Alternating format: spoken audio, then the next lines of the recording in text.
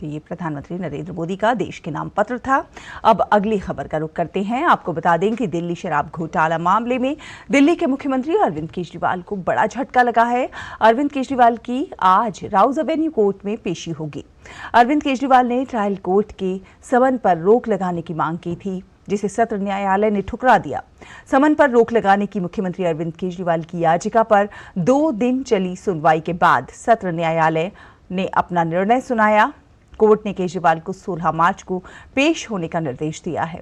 बार बार समन जारी होने के बाद भी पेश नहीं होने पर प्रवर्तन निदेशालय यानी ईडी ने केजरीवाल के विरुद्ध कोर्ट में 2 शिकायतें दर्ज की थीं। ईडी पूछताछ के लिए केजरीवाल को 8 समन जारी कर चुकी है।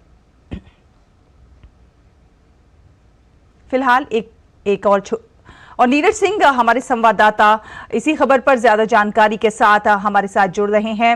नीरज, सुप्रभात। एक बड़ा झटका कह सकते हैं इसे अरविंद केजरीवाल के लिए। देखिए, बिल्कुल बड़ा झटका है, क्योंकि अरविंद केजरीवाल लगातार 8 सम्मन जो ईडी ने भेजे थे उन सम्मनों पर पेश नहीं हुए, लगातार जांच से बचते रहे और नए नए बहाने हैं वो ईडी के सामने रखते रहे। अब अदालत ने भी ये स्पष्ट कर दिया है कि उनको सम्मनों का जवाब भी देना होगा और अदालत से बचने के लिए जिस कार्रवाई को अरविंद केजरीवाल पिछले 2 दिन से कोर्ट के सामने रख रहे थे उसको भी कोर्ट ने खारिज कर दिया है और आज अरविंद केजरीवाल को कोर्ट के सामने पेश होना होगा।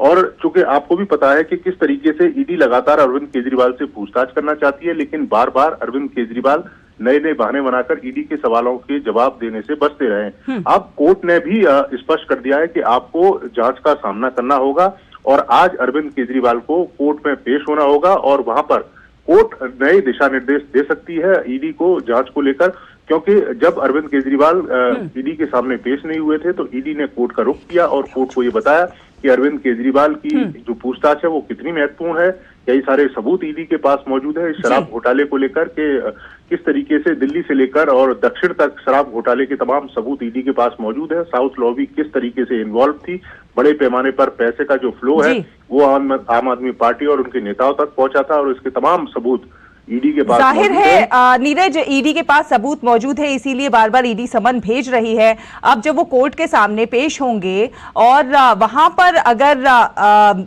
ईडी का जब वो सामना करेंगे तो फिर भी केजरीवाल अगर गोलमोल जवाब देते हैं तब ईडी के पास क्या कुछ विकल्प होगा?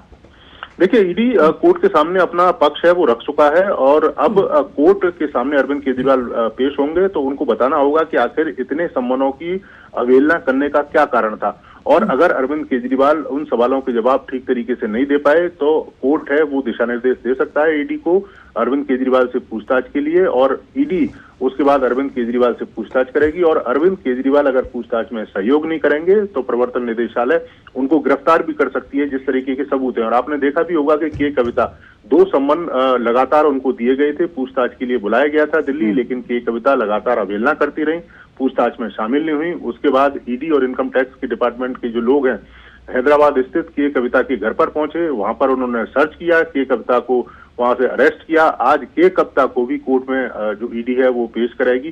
तो निश्चित तौर पर कह सकते हैं कि अरविंद केजरीवाल की मुश्किलें बढ़ी हुई हैं जिस तरीके से के कविता को गिरफ्तार किया है। अगर अरविंद केजरीवाल भी इसी तरीके से अवहेलना करेंगे तो उनको भी ईडी गिरफ्तार कर सकती है। चलिए नीरज, आप अपनी नजर बनाकर रखिए इस खबर पर, आगे भी जानकारी लेंगे। फिलहाल धन्यवाद आपका।